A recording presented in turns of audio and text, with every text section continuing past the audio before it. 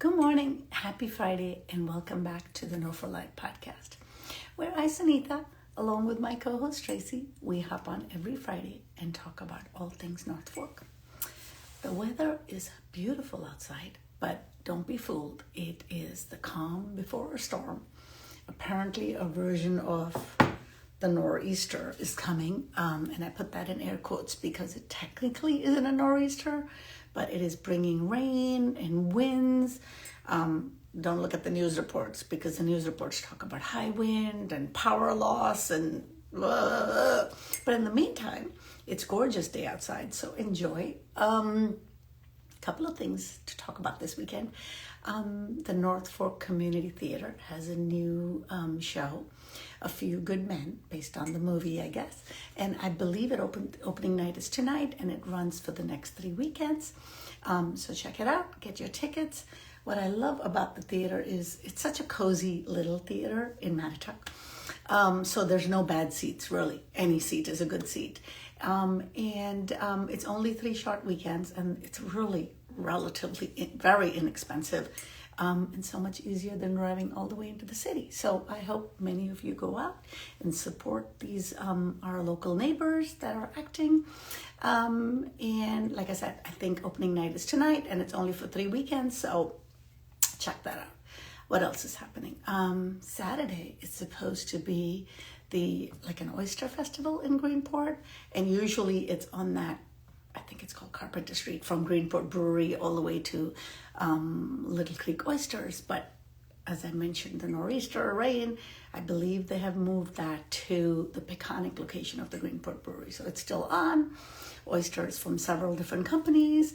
I believe Little Ram is there. I'll tag all the others that are going to be in there, but that's on Saturday. There also was a Cars and Coffee on Saturdays at the South Hole Social, which again canceled because of the rain. But hopefully it won't be as bad as they say. But we'll just have to wait and see. Our guest today is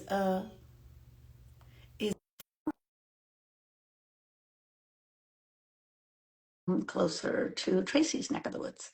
I don't know where she is this morning. I know she has a lot going on with her day job kicking in. Good morning. It's Good Rebecca, morning. right? Good. Rebecca and Miles.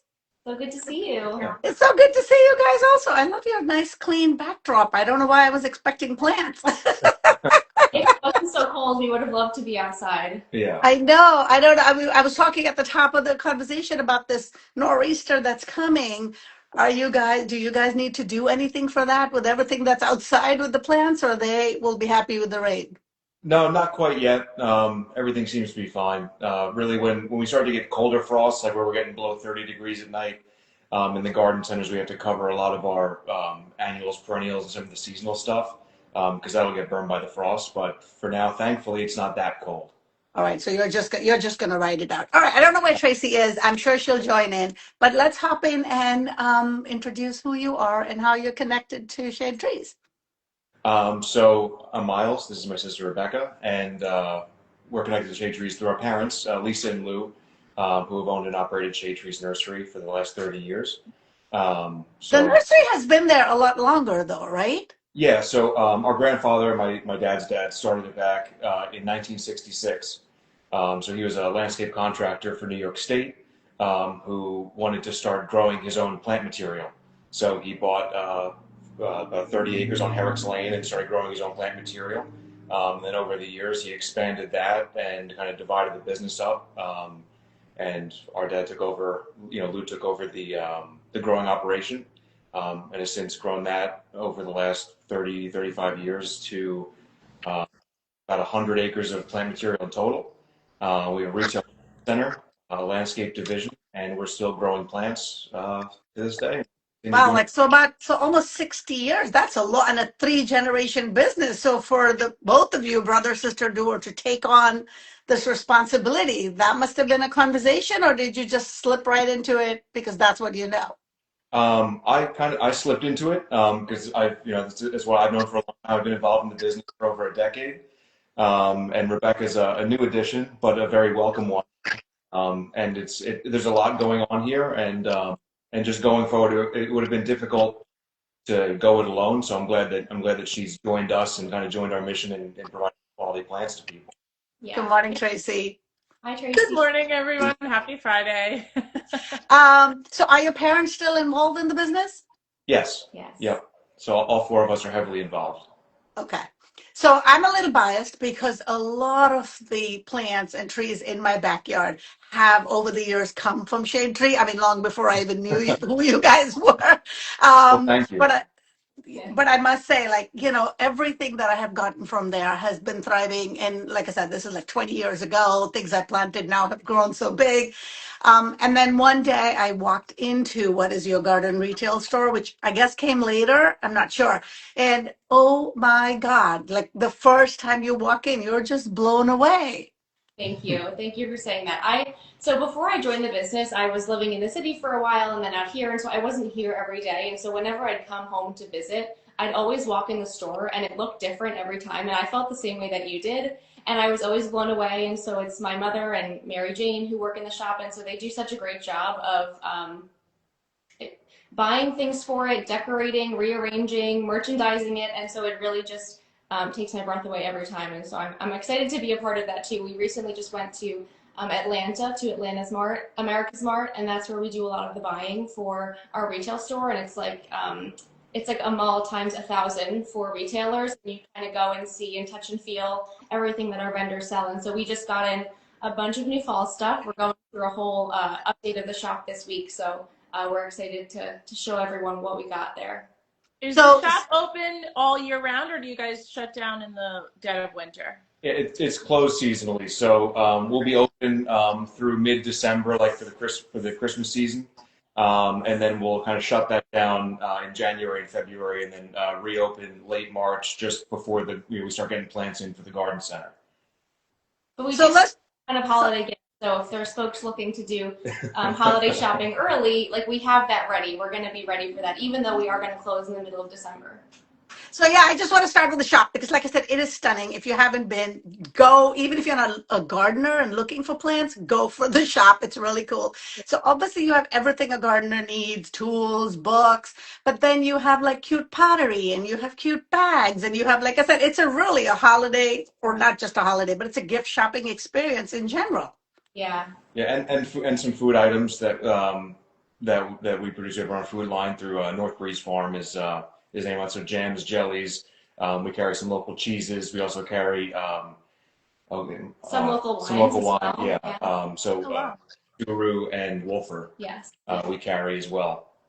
Okay, so let's just talk about what I didn't know about the farm aspect of your business. So let's talk about the different businesses you really have there. Obviously, you're a garden center where somebody can come in and get plants.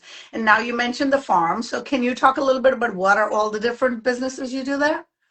Sure. So we have the retail garden center, and tied to that, we have a landscape division. So we do, installation of anything. So if anyone comes in and buys a plant, and they either don't have the time or don't have the capacity to plant it themselves, we can deliver to their home. We can install it for them. Also, Lou and Lisa do a lot of landscape design works. Yeah, so you guys can help people pick, if they come in with like a Pinterest board, you guys can help them pick what would work and, how close to plant them to each other and, all of that stuff. Oh yeah, yep. So and even if you don't have inspiration yet, we're happy to spend the time kind of walking through and showing you, what we offer, like what we have on the ground here, and talk about, what might work best and, what colors you like, what kind of, how much sun and shade you have on your property, and just kind of do that full landscape consultation to make sure you're going to get, exactly what it is you want at your home. I have to say your entire staff is very knowledgeable, even, anybody you run into, because when you're outside, it's quite a large lot with like plant selections. And for me, it's always been hydrangeas. And I think a couple of years ago, I wanted like the really, really big, I don't even know what they're called, honestly, like bigger than your face size hydrangeas. Yeah. Do you know what those are called? Are those the Annabelles? Yes, maybe, yes. But I think there was even one that was bigger. I forget what it's called. But I remember wandering through and trying to pick, and I think you guys can even order in advance if somebody knows they're looking for something specific, correct? Yeah, so most of that ordering happens, like we're doing a lot of that ordering now. So in the nursery industry, a lot of your orders are placed in the summer and the fall for the following year. So now we're kind of going through our vendor Oh, orders okay. during that plant material because we source stuff all over the country. So we have vendors from Oregon down to Florida, and we bring stuff in from all over because every nursery kind of has their own little niche as to what they do. But even in season, we deal with a lot of local vendors throughout the Northeast. So if we don't have it, we can more than likely get it. We may just have to wait a little bit, but Well, that's the thing I learn every time I walk into a garden center is patience. Because obviously I want it when I see the flowers on the cherry blossom tree, and then you guys are like, you need to get that in the fall when there's no leaves on it, and wait till the next season, you know? yeah, it requires a little bit of vision. We have kept a wish list along this whole summer of folks asking for things that they want, but we don't have, or we already had it and we sold out. And so we did, like Miles said, we just placed those orders for our spring. And so we did add a lot of those. So we'll be making a lot of phone calls out to customers who asked for special things that they're looking for. Well, when I was in the South last year, I guess I saw these. I didn't even know they existed. Yellow magnolia, and I think I talked to you guys about that. I don't know what it's called, but I definitely, because I have the regular pink magnolias, but I want a yellow magnolia in my yard. Yeah, the two most common species of yellow magnolia would be Elizabeth or butterflies. I think it's butterfly. I Yeah. think it was called butterfly, but I could be wrong. But I'll have to see the tree flowering, and then I'll be like, oh, that one. Well, we do have them. We grow them on the wholesale side of the nursery in our growing operation. So we will have a crop ready for spring. So I'll definitely hold one for you. Ooh. There Have you you ever seen go. one? Tracy, have you ever seen a yellow I don't magnolia? think so. I No. saw it when I was like, I don't remember. Actually in Philly, not even South. It was beautiful. I need to add it to my lineup. Okay, so tell me a little bit more about the farm. So the farm is there's a lot going on. It changes seasonally, which is great. That's one thing I do love about the nursery in itself is um, no 2 days are the same. There's always different things going on. Plants have different needs, and across all the different species we grow, there's always something that needs to be upkept or sprayed or pruned or things like that. So we have four farms, three of which are in Jamesport, one in Mattituck, and we grow everything from like junipers and hollies to deciduous trees like cherries, maples, 𝗨𝗏𝗯. We do stuff in the ground as well as in containers. So we have a container operation. We grow about 25,000 container trees a year, ranging in sizes from 10 to 25 gallon. And a lot of that is for our own consumption in the garden center, but we also sell wholesale to other garden centers and wholesale yards throughout the Northeast, like our delivery range. And we have our own trucks that we deliver on as well. And we Oh, serve wow. from like South Jersey all the way up to Maine. This is quite a large operation with a lot of different Yeah. angles and legs going on. Yeah, Do yeah. you guys take a day off, or is it a 7-day a week, 365-day business? We try to, and we're very fortunate that we have our parents and both of us involved. So between the four of us, at least one of us could take time if we need to or want to, and kind of get some time to, decompress a little bit. In the spring, it's a 7-day business because we really have 3 months to do all of our harvesting, our shipping, our planting, and that's where the bulk of our sales come from on the wholesale end is during the spring. So. During the spring, there's no time off, but outside of that, yeah, we can get away. What's something that's like I'm not really a great gardener, like I'm learning to keep things alive, but what are some easy perennials that you sell because they'll come back again next year that you would say that, somebody who's sort of starting out or is afraid to commit to, what would be some easy perennials that easily thrive here? I would, as a new homeowner and someone who isn't really, I don't have the green thumb of the family, everybody else does. So I'm kind of like the office chick who's, I'm doing everything on the back end. There's so much more. Hey, that needs to get done too, right? I think it does. will come with time, but I don't. I would say a perennial that we sell a lot of, 𝗵𝗵𝗱𝗲𝗍, right? 𝗵𝗵𝗱𝗍 is the biggest one. And I think it Yeah. looks really nice, pairs well with many other plants. I see it in, you're driving by people's houses, you see it all the time, and it grows nicely and it's sturdy in my opinion. And I think that means it is sturdy because if I can keep it alive, everybody can. So I Is that a flowering plant or is that a green? What does that look like? It's a it's a low bushy perennial, has green foliage, and it has like purple spire flowers. It's like lavender-like, but it's, Okay. like the flowers are much bigger than Is that the same thing as catmint, or is that two separate things? It is, yeah. It is. Okay, because I know it as catmint. Okay, yes, I know catmint too. Yeah. Well, I actually do have some of it again from your nursery, like 5 years ago, whenever. But I guess where I have it is not super sunny because I do see it driving around and it does get big and bushy. So maybe I have to transplant it. That's the other thing I'm learning about a garden is to not be afraid to transplant it if it isn't in the right spot. Yeah, absolutely. And different plants have different wants and needs. So that's another thing that we try and help people with is planting with a purpose and planting for the location. Another great, if you have a lot of shade on your property, another great perennial is hellebore. Hellebore, yeah. Which is an early flowering perennial. It's one of the first things that'll come up in your garden. And they have these blooms which hold like almost all season long. And they're not very pronounced, not very stunning. They're kind of more of a muted color to them, but they're a great option that tolerate shade really well. What advice would you give a homeowner who just asking for a friend, who potentially planted their hydrangeas maybe too close to each other and now has this giant hydrangea hedge in front of their house? What advice would you give them about sort of like spreading it out and replanting? If do they want to spread them out? I mean that sounds like it could be nice. I was gonna say a hydrangea hedge sounds beautiful. Yeah. No, but it's too close to her windows. It's like all top of her house. It's so big. It's like getting bigger than the house. In fact, I mean, I'm thrilled that they're thriving, but like I could have gotten away with one, and there's three, and it's they're huge. But they've been there many years, so they're pretty big. They're not that easy to transplant. Yeah, they've been there 7 or 8 years, so yeah. Oh wow, okay. You could always transplant, Can you? I'm like so afraid it's gonna die. Well, it's about timing and it's about care after transplant. So the fall is a great time to dig and transplant, provided that you're going to just make sure that you're irrigating, watering after the transplant so they can get established in the new location. But once you wait, I mean, even now is a good time to dig and transplant those plants because we're starting to get cool. Plants are starting to edge towards dormancy and kind of get some fall color, and those changes are happening now. So if you wanted to dig them up, you just want to make sure that however much that you're digging like the ball on that plant is going to be big enough to sustain it going forward. Right.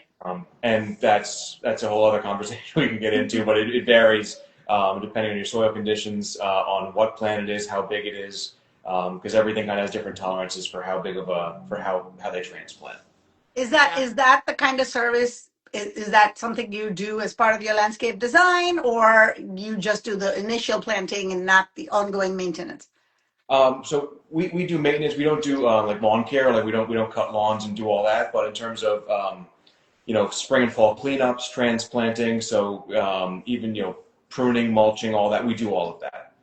So if there move on your property, we could come out and move them. There's always the conversation to be had about care following the transplanting and kind of setting the customer up for success. But there's always that risk during transplant that it could fail. Right. And we try and explain that there is a risk with it, but we really don't lose any material. We have a great crew, which I'm very thankful for. The guys that work on our landscape crew are instrumental in us being successful with that and being able to do and perform the quality of work that we do. Well, you may have a new transplant client. I'm just saying. Happy to. Now, you also sell a lot of fruit trees. I mean, you sell a lot of trees, never mind just the little plants, right? Yeah. So we sell trees from like a 10-gallon pot, which are usually like 1-inch caliber, maybe 6-7 feet tall, all the way up to like 3- and 4-inch trees on some stuff. But typically where we sell trees are like 2-inch to 2.5-inch caliber, 8, 10, 12 feet tall in there. But we do sell a lot of fruit trees. We do apples, peaches, pears, cherries. We also have some figs and persimmons for some people that like something a little different. But yeah, we try and do as much as we can. And how long, like one of my good friends has a persimmon tree in her backyard and it does well, but how long does it take from the time someone buys the tree to being able to get some fruit? Everything we sell is of fruiting age. Typically by the time that our trees are ready for sale, that plant probably has 5 or 6 years into it. So those trees are ready to fruit. And they are here. Yeah, and you could even, depending on when you come in, like now in the fall, you might be able to come in and grab an apple off a tree in the garden center. We've been eating figs all summer because they've been coming. I know people that have fig tree here. Is it something that actually does grow here on Long Island? Like, is that a tree that I would want in my backyard, I guess is the question. They do survive on Long Island. We're kind of on the edge of hardiness.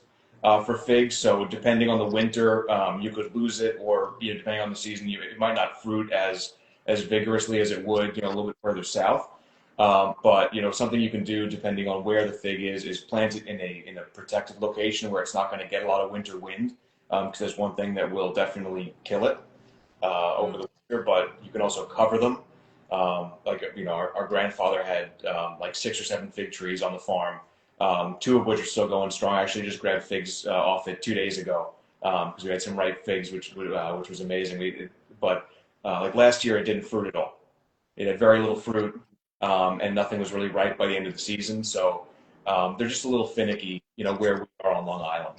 But provided it's planted, in a protected space, and you can cover it over the winter to kind of give it its best shot at establishing itself.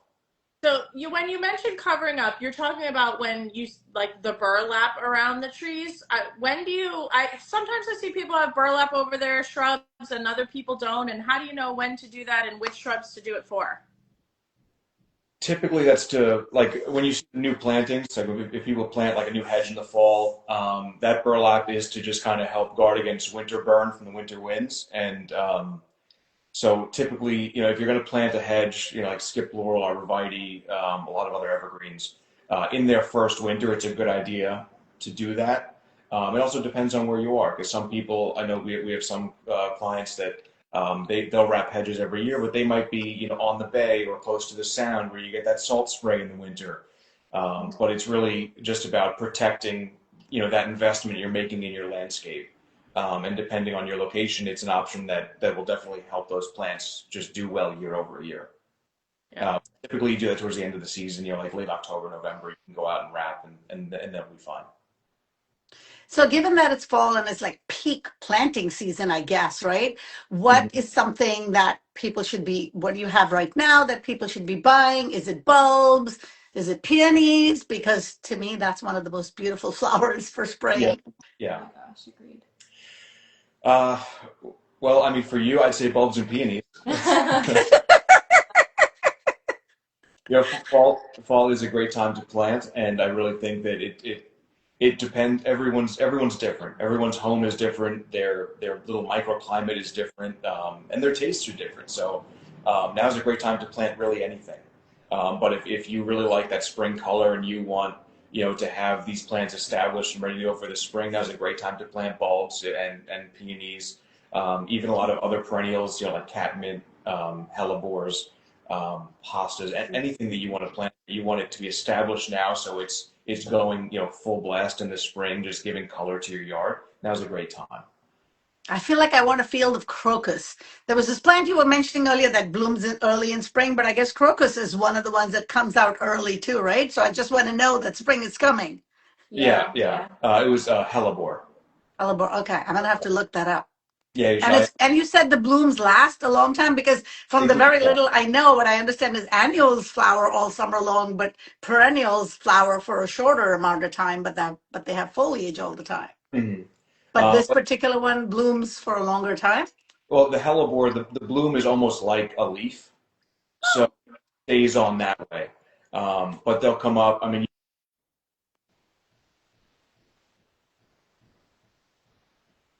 When we lost you, you'll have to swipe up the call or whatever came in. Oh, how about now? Yes, you're Okay. back. Better. Yeah, but hellebore is a great one and tolerates shade well. I have a bunch in my yard. It's a plant that I love and I really advocate for. Speaking of shade, Tracy, you have hostas, right? Oh, Hostas, yes. But yours Hostas are in the really sun and they hardy. do really well. Yeah, hostas are really, I mean, you can just keep splitting those guys and they just keep becoming more and more and more. I think we bought like one hosta in 1758 and the whole family has taken from one hosta. Oh, I killed the 5 that I got from Shade Tree. Again, like 10 years ago, whatever. But I planted them in the shade under trees and they're not happy. So I might have to take, next time you're dividing your Come hostas. over. Just grab something when you come over for coffee. No, but I think yours are in full sun. Although I know they say they do No, well I in the have both. I have both because I have some on the north side of the house, and they don't get sun until late in the day. So both work. And I'm surprised that the deer don't eat it because isn't hosta supposed to be like deer salad? I mean, they just walk up and It's candy. It's candy for the deer. yeah. I mean, Mine I don't want to jinx our neighborhood, but I don't think the deer know we exist in here because we don't. That's not a problem. Oh, that way. yeah, lucky. Yeah, I know. They stay on 𝗵𝗺𝗃𝗄𝗏 Boulevard. Those poor kids. I see them all the time running around on there. I know. All right. So speaking of North Forky things, let's jump into our NOFO Live 5. So if you guys were going to take us out for lunch, dinner, breakfast, your choice, where would you take us, and what would we get? You want to go first? Well, we could do it as if we were going together to take you with our family because certain places we love to go together. I would say for dinner we would maybe Grana. Yeah, Grana would be my number one. I love Grana. We go there all the time. Also, I know you guys are big on Red Rooster out in Kajak. Red Rooster, we absolutely love Red Rooster. Little Fish, some of our favorite restaurants, yeah. Awesome. Yeah, all of it sounds good. I'm thinking which one I want to go to first. I would say Grana because I haven't been there in a while, and I know it's small, so it's hard to get in. So Yeah, it is. I feel like Grana. It's gonna have to be Grana before the winter. I say Grana because very rarely people give Jamesport recommendations, so I'm always on there. Well, these are your people. They are in Jamesport. That's where the nursery. I know. Okay, vineyard, cocktail, mocktail. What would you enjoy, and where would we see you enjoying it? We enjoy all of them. Yeah. It's like part of the reason we love living out here too. We definitely, we like having visitors too. I know my husband and I, we love when friends come to visit because we can take them to all of them and feel like a tourist and go to all the wineries. And it's hard for me to pick a favorite. You? I mean, in the summer, I'm a huge fan of the Jamesport Vineyards Albarino. Yes. I'm not sure if you've had that, but if you haven't, definitely check it out. It sells out every year. Like they can't produce enough. It's just so popular. Wait, this is from which one? This is from Jamesport Vineyard? Yeah, from Jamesport Vineyards. Yep, and it's their Albarino. It's a Spanish style white wine. It's phenomenal. While we're talking about vineyards, just want to give a shout out to Oldfield Vineyards. They just posted on social media yesterday that they are closing, and they will be closing in November. I mean, it was the cutest vibes, the chickens running around. Yeah. I don't know what the future holds, but I do understand that so if you are looking to make a stop there, do so before the end of the year. Well, yeah. Okay, I'm assuming you work long hours, at the nursery. So do you catch a sunrise or a sunset? And do you have a good Jamesport spot for it? I want to hear about a Jamesport spot. I would say for a sunset, I love going to Bailey Beach in Mount. We kind of grew up around there. That was like the closest beach to us. And so even during COVID, I would go take walks over there. To me, that's like the best spot to have a dinner picnic and watch a sunset. Yeah, I've been catching most of my sunsets lately from our son's room, putting him down to bed. My wife and I just had our first kid last year, so. Congratulations! Congratulations! Yeah, so I see a lot of sunsets through Oliver's window. The best time. When That's you guys the best time. are cooking at home, having a big family dinner, what farm stands do you usually hit up, and what do you like to get there? Wait, I want to also add to that. What produce do you grow? So, at your own farm. Is really only fruit. So we don't do any like we don't do any row crops. We don't do vegetables or really anything like that. But we do have fruit on our fruit trees, and we also grow blueberries. So we grow a lot of blueberry shrubs. Oh, And we don't grow the veggies ourselves, but in the spring we do carry, little pots of all types of veggies for you to start a garden or even a potted garden at your house. So we Yeah. have all of that in the spring, and usually those last until they're sold out in the summertime. So Yeah, and we also we've been doing it a little bit when on like it's an on request thing, but we've also done some landscape work, doing like raised bed gardens and other things for people. yes, If that's something they want to do. yeah. Yeah. So even though we do have the little veggies to start a garden, we're a sucker for a farm stand. So we still do love all the local spots. For me, I love Baker Market, another 𝗵𝗿𝗃𝗏𝗃𝗏 spot. Yeah. It's so beautiful there. I love just walking in their barn and everything. And they have everything. They have everything. yes. And Yeah. the non-veggie, non-fruit, they have that you can make for dinner. And 𝗏𝗏𝗃 in Laurel, Yeah. heading home for me, and same thing for Schmitz. Those are our neighbors over here. So those are my favorite farms. Yeah. The Bayview market, just the umbrellas or the awnings they have create this most beautiful glow on the vegetables, like between the reds and the orange. I mean, every time I'm driving past, I can't help it. My car has to go right in there, and I agree. just it's just beautiful to look at. And then of course the Yeah. produce is amazing. Oh. So definitely shout out to them. Yeah. So you guys have been here for many generations, which is different than a lot of people we have on the show. So tell us what the North Fork community means to you.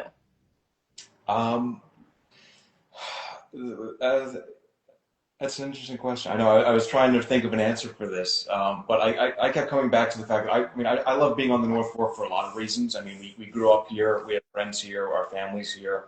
But as a local business, one of my favorite things about the North Fork is that we're all owner operators. We don't really have any like big chains out here. There's no corporate influence on local business. Everybody who's out here is doing it, and they're doing it themselves.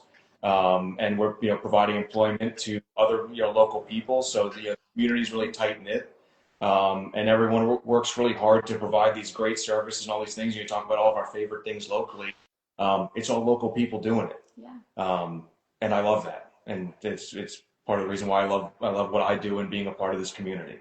Yeah, I would agree. And it feels like home. I mean, it is home, and I left for a few years to the city, and I came back, and I had a corporate job for almost 10 years. And so coming to join the family business has meant, it just feels so natural and normal. It feels like I show up for work every day, and we just have such a nice dynamic going on here. We all have different jobs, but it's nice to just see, like Miles said, like the community and the familiar faces, and being a part of the retail store, getting to see the same people every week, and coming in to get their fresh eggs or a bottle of wine for the weekend or whatever it is. And so it's just, I don't know, it's home. I love that you made reference to owner-operated Miles, because that's so true. Every business here, whether it's a retail store or whatever you walk into, you really get to connect with the person that is, owner of the business, operator of the business, and it's wonderful that there's such a beautiful community here of people doing so many diverse things. And what you guys do is so hard, because I've killed so many plants. So I can fully attest for you guys make it look easy, with the weather and so many factors. It's not an easy business. And to stay thriving, no pun intended, for so many years, props to your family. And I look forward to stopping in there and getting my yellow magnolia tree at some point. And we look forward to seeing you. Thank you, everybody. Have a great weekend. We'll see you next Friday. Bye. Thank you so much for having us. Bye. Bye. Bye.